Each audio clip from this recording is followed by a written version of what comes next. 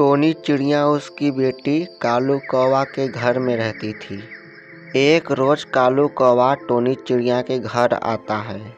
Tony चिड़िया, अरे ओ Tony चिड़िया, अभी घर से बाहर आओ।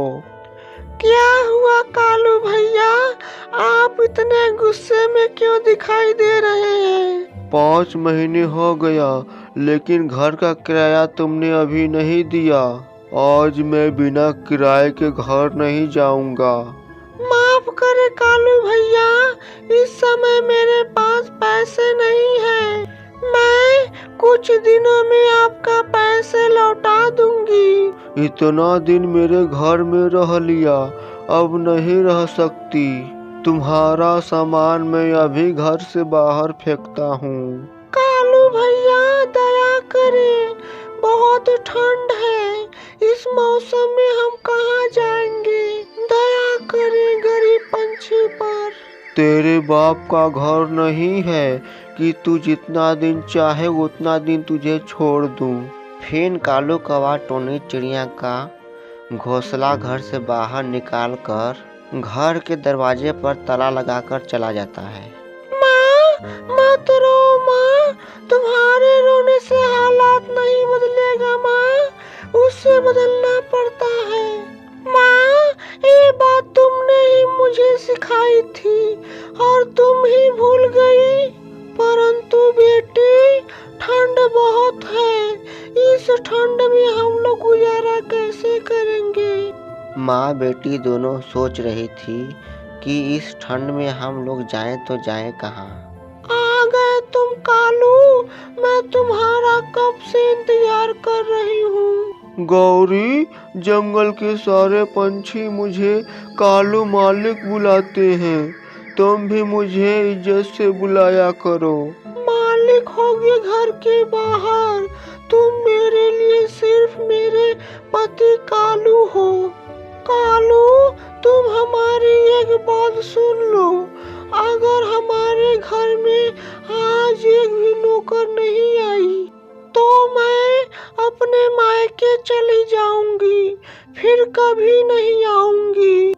रोते रहना इसी तरह घर में बैठकर ठंड में, मुझसे एक भी काम नहीं हो रहा है।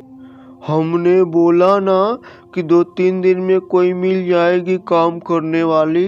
आज मेरी बात सुन लो कालू, अगर आज हमारे घर में एक भी नौकर नहीं आया तो मैं घर छोड़कर चली जाऊंगी। फिर कालू कौवा के दिमाग में टोनी चिड़िया का ख्याल आता है। वह तुरंत टोनी चिड़िया के पास जाता है।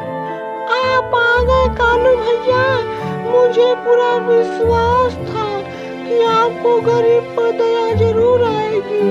हाँ, ये सच है कि मैं तुम्हारे गरीबी पर तरस खाकर तुम्हारे पास आया हूँ। मेरे गौरी पत्नी का कहना है कि तुम हमारे साथ हमारे घर में रहो, एक परिवार के साथ, परंतु तुमको घर का सारा काम करना होगा। कालू भैया, मैं घर के सारे काम कर लिया करूंगी, बस मुझे थोड़ी सी जगह दे देना रहने के लिए। कालू कौवा टोनी चिड़िया को लेकर अपने घर आता है। घोंसले में गौरी बैठी हुई थी। कालू, यह कौन चिड़िया है? इस टोनी की मैं बात कर रहा था, ये वही टोनी चिड़िया है जो हमारे घर पर रहती थी भाड़े पर। अच्छा, तो यही टोनी चिड़िया है, तो ठीक है, चलो मैं घर के सारे काम बता देता हूँ। चलो घर के तुमके सारे काम बता देता हूँ। सुनो कालू, इस घोंसले के बाहर एक झोपड़ी लगा देना रहने के लिए। कभी बर्तन धोती तो कभी झाड़ू बहारू करती। दिन भर टोनी चिड़िया अपने बच्चों के साथ काम करती है। शाम को भोजन के लिए टोनी चिड़िया को कोई नहीं पूछा। अपने बच्चे को लेकर घर के बाहर झोपड़ी में जाकर सो जाती है।